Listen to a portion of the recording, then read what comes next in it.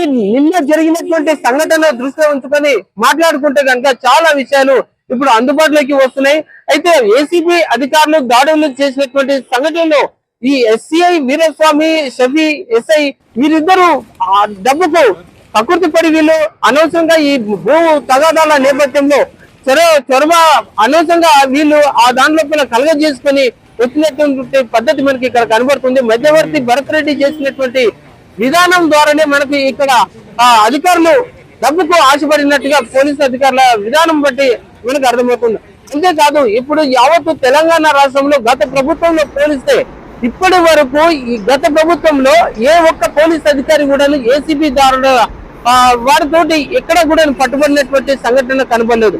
కాకపోతే ఇప్పుడు కేవలం రేవంత్ రెడ్డి సర్కార్ అంటే కాంగ్రెస్ ప్రభుత్వం వచ్చిన తర్వాత ప్రతి పోలీస్ స్టేషన్ లో గతంలో జరిగినటువంటి అన్యాయాలు ఎదుర్కొన్నటువంటి ప్రతి పౌరుడు కూడాను చాలా ఆవేదనతోటి ఆగ్రహంతోటి ఉన్నటువంటి పరిస్థితి మనకు కనబడుతుంది. అయితే వీటన్నిటిని పురస్కరించుకొని వీళ్ళంతా ఏ విధంగా అన్యాయానికి గురైనారనేటువంటి విషయాన్ని మొదలుకొని ఇక ఏసీబీ అధికారులను ఆశ్రయించినట్టుగా పలు కోణాల్లో మనకు అర్థమవుతుంది.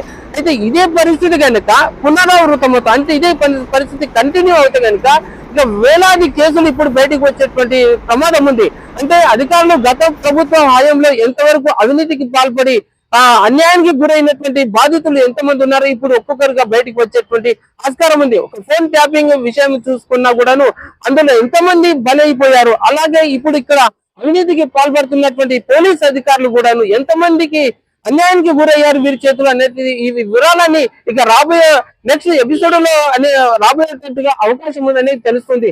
అయితే మొత్తం మీద ఈ సాహసానికి ఒడిగట్టింది ఏసీబీ అధికారులు అంటే చాలా ఛాలెంజ్ గా తీసుకొని ముందుకు దూకినటువంటి పరిస్థితి. అంటే మొత్తం మీద ఇప్పటి వరకు 4-5 రకాల వివిధ రకాలైనటువంటి ఏసీబీ అధికారులు దాడులు చేశారు. అందులో ప్రత్యేకంగా కుషాయిగూడ పోలీస్ స్టేషన్ మీద దాడులు చేయడం, తర్వాత డబ్బును స్వాధీనం చేసుకోవడం, ఇటువంటివన్నీ ఇప్పుడు యావత్తు తెలంగాణ రాష్ట్రం మొత్తంలోనే ఒక సంచలనం రేపిందని చెప్పొచ్చు. ఇక రాబోయే రోజుల్లో ఇక మరిన్ని దాడులు చేసేటువంటి అవకాశం కూడా ఉంది.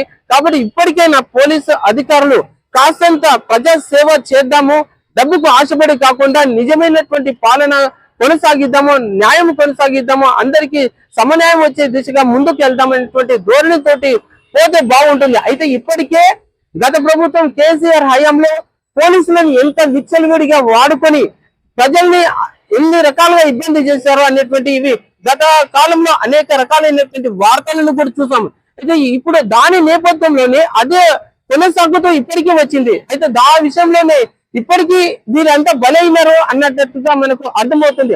మొత్తం మీద చూస్తే ఇప్పటికి వరకు పోలీస్ అధికారులు చాలా విధాలుగా గమనించుకోవాలా, వారి యొక్క పద్ధతిని మార్చుకోవాల్సినటువంటి అవసరం ఉంది. ఇక రాబోయే రోజుల్లో మరిన్ని ఏసీబీ దాడులు జరగకుండా తగు జాగ్రత్తలు తీసుకోవాల్సినటువంటి అవసరం ఎంతైనా ఉంది.